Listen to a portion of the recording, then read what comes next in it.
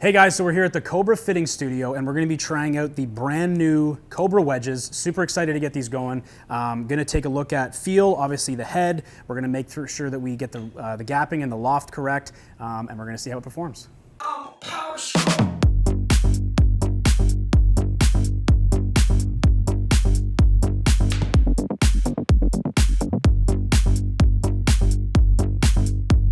So most important thing about a wedge fitting for me specifically is obviously going to be the sole, the grind, and obviously how the shaft reacts. So going from a iron to a wedge, I'm not going to get as much distance out of it. I'm not looking to get that much distance out of it. It's going to be more of a feel for me. So really love the look of these, black, huge fan of that, nice and clean. We're going to give this a shot and hopefully it performs the way I think it will. So the big thing we see this year with the new Snakebite Wedge, we have a little bit different of a finish this year. We've also redone the groove design and laser etching with the grooves as well. So we've noticed a lot better spin control in wet conditions and an added spin in even dry conditions as well. Now the nice thing too is once you get into that S400, it is profile-wise lower launching, lower spinning than this shaft. Okay, this is a high rev. Okay. Yeah, it's a high rev 2.0. I got you. Oh, so this, okay, I understand. Yeah, you'll see typically about at least 500 RPMs higher with this wedge shaft. Looks of the wedge though looks good. I love it. Yeah. It's just going to be more or less me getting used to it outside. How's the length feel? This actually feels pretty good. Like this, is it short? No, it's just stock. Oh, interesting. Yeah.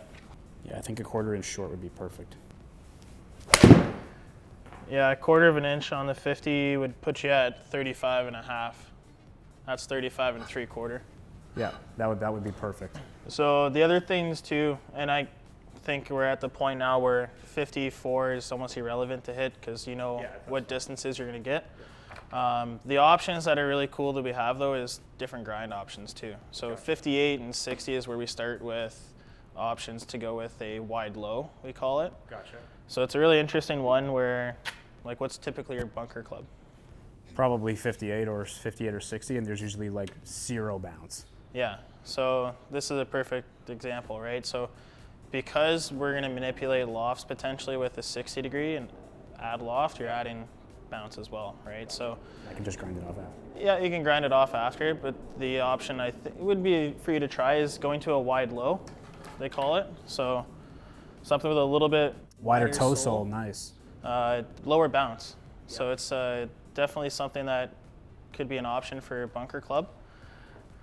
You don't necessarily need to go with 2 wide lows, I would say, as I would give yourself an option, and if you want to go with one of them. Okay. So the big thing is you have that as a wide low, and then I think I have the 60 in my hand right here, which is just the versatile grind.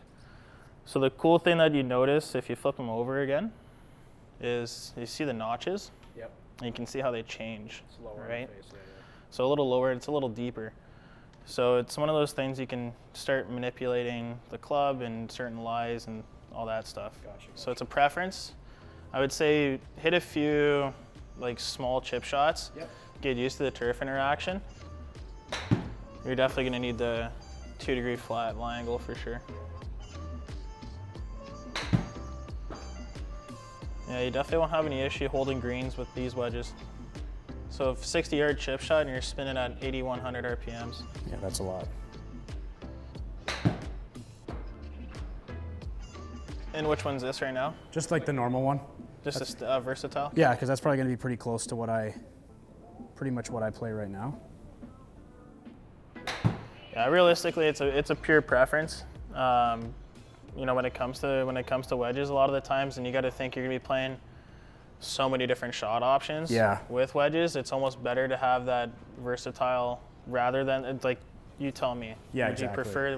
I think I like the way it feels. I'm not super picky, but I think going the high low in the 62, and then leaving you're bending the 58 you're bending the 60 258s. That'll already take off bounce anyway. So I probably might just leave that alone. So what I would do then is, because if you go the 58, yep, stock 58. Oh, I gotcha. Okay. And then you can go wide, low, or versatile in that, whatever way you want to do it. Yep. because I would just leave the 58 alone. Correct. We're only going to manipulate that, The bottom club. the 60 degree, That's 60 degree Yeah. or 62 degree. Yeah, no, I like that. Yeah, we're on the same page. Yeah. Perfect. So what we found is that we are going to go with a 4 wedge setup, which is going to be brand new for me, at least from the last bunch of years that I've been playing. So we're going to keep, there's a couple different grinds here. Obviously we have just the regular versatile one that we're going to go with, the 60, which is going to actually turn into a 58. We're going to go with the 56 and the same, and then we're going to go, as you can see, with a wide or a high-low in the 60, but it's actually going to work out to a 62 degree wedge. This is going to be something that I use inside of 100 yards a lot. It's going to be a favorite club in my bag, and obviously the fact that the matte black finish, really a huge fan of that. So make sure to stay tuned for the putter video because you're not going to want to miss that one.